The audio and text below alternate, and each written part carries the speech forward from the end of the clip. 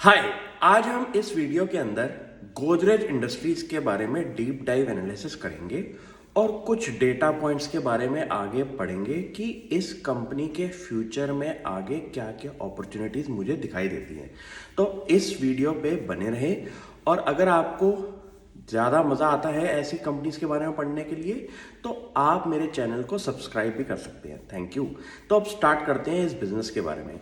Godrej industries की अगर हम पोर्टफोलियो ऑफ कंपनीज की बात करें तो उसके अंदर हमारे पास Godrej consumer products, Godrej properties, Godrej agrovet जैसी लिस्टेड कंपनीज हैं जिसके अंदर गोदरेज इंडस्ट्रीज ने अराउंड 5700 करोड़ रुपीस इन्वेस्ट करे हुए हैं और उनकी इस time market value around 45,000 crore से ऊपर की है।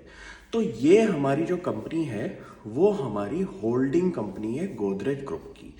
प्लस इस कंपनी के अपने ओन बिजनेसेस भी हैं जैसे कि केमिकल्स को लेके, जिसके अंदर कंपनी का जो बिजनेस मॉडल है वो काफ़ी बढ़िया चल रहा है और इस time net profit growth company ने अराउंड 28% की दिखाई है।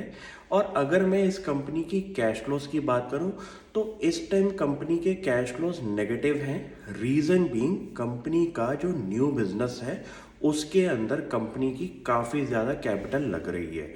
अब हम इस बिजनेस के बारे में बात करेंगे जिसमें कंपनी ने रिसेंटली इन्वेस्टमेंट करी है, वो है गोदरेज कैपिटल।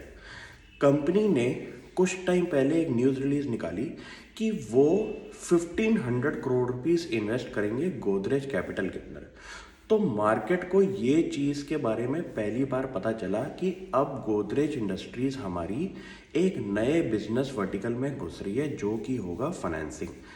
तो मार्केट के अंदर आपको ऐसी कंपनीज दिखेंगी जो कि कॉन्टिन्यूसली आपका इनोवेशन में लगी रहती हैं और नए नए बिजनेसेस ढूंढती है जिसका वर्टिकल हमारे होल्डिंग स्ट्रक्चर के अंदर रहे। अब आप सोचिए कि कंपनी हमारी गोदरेज कैपिटल का एग्जिस्टिंग बिजनेस के साथ कैसे एक सिग्निफिकेंट वैल्यू पॉइंट बनता है। तो कंपनी का जो कैपिटल होगा वो होगा हमारा हाउसिंग लोन्स और लोन अगेंस्ट प्रॉपर्टी को लेके। और आपने अगर नोटिस किया होगा कि गोदरेज प्रॉपर्टीज़ का जो बिजनेस है वो एक मिड और प्रीमियम सेक्टर के अंदर कंपनी ऑपरेट करती है कुछ सालों से, जिसके अंदर उनकी मार्केट के अंदर काफ़ी अच्छी एक रेपुटेशन बनी हुई है और उन्हीं सर्विस कस्टमर्स को अब कंपनी अपना लेंडिंग बिजनेस भी प्रोवाइड करने पे आ गई है। तो मुझे लगता है कि ये एक पॉजिटिव न्यूज़ है अगर हम होल्डिंग स्ट्रक्चर की बात करें, क्योंकि अगर आपके पास ऐसा एक बिजनेस हो जैसे कि प्रॉपर्टी का और आपकी इंटरनल बिजनेस से ही एक लेंडिंग की भी फर्म उतर आए तो एक आपकी क्रॉस सेलिंग की अपॉर्चुनिटी बनती है जिसके अंदर गोदरेज कैपिटल बहुत अच्छी तरह से फिट बैठता है। और उन्होंने अभी ये बोला है कि वो सिक्योर्ड लेंडिंग में ही घुसेंगे जो कि लेंडिंग यूनिवर्स के अंदर एक सबसे ज़्यादा सेफ बेट होती है। अब इस बिजनेस के फ्यूचर प्लान्स के बारे में सुनिए कि कंपनी ने बोला है कि 2026 तक गोदरेज कैपिटल की बैलेंस शीट को हम 30,000 करोड़ तक पे ले जाएंगे और इस बिजनेस के अंदर अराउंड कंपनी इस टाइम 5,000 करोड़ की इन्वेस्टमेंट्स की बात कर रही है। तो मुझे लगता है कि इस बिजनेस को फ्रूटिफाई करने के बाद इस कंपनी को भी हमारे को फ्यूचर में लिस्टिंग कराएगी और जिसके वैल्यू गेन हमारे गोदरेज इंडस्ट्रीज को आगे मिलेंगे।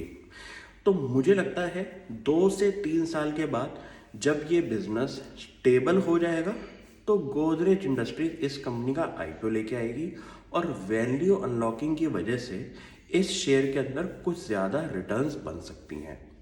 तो अभी इस टाइम करंट मार्केट प्राइस पे कंपनी की शेयर की अच्छी खासी पिटाई हो चुकी है और मेरे को इस कंपनी के बारे में जब मैं लिस्टिंग देख रहा था कि किन शेयर की सबसे ज़्यादा पिटाई हुई है उसमें से एक कंपनी का नाम याद आया है, गोदरेज इंडस्ट्रीज़।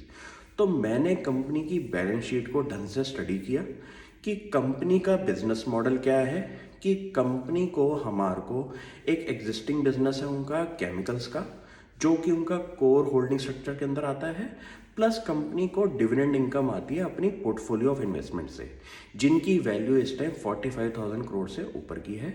और कंपनी इस टाइम अपने गोदरेज कैपिटल को इंक्यूबेट कर रही है, जिसके अंदर पैसा लगा रही है।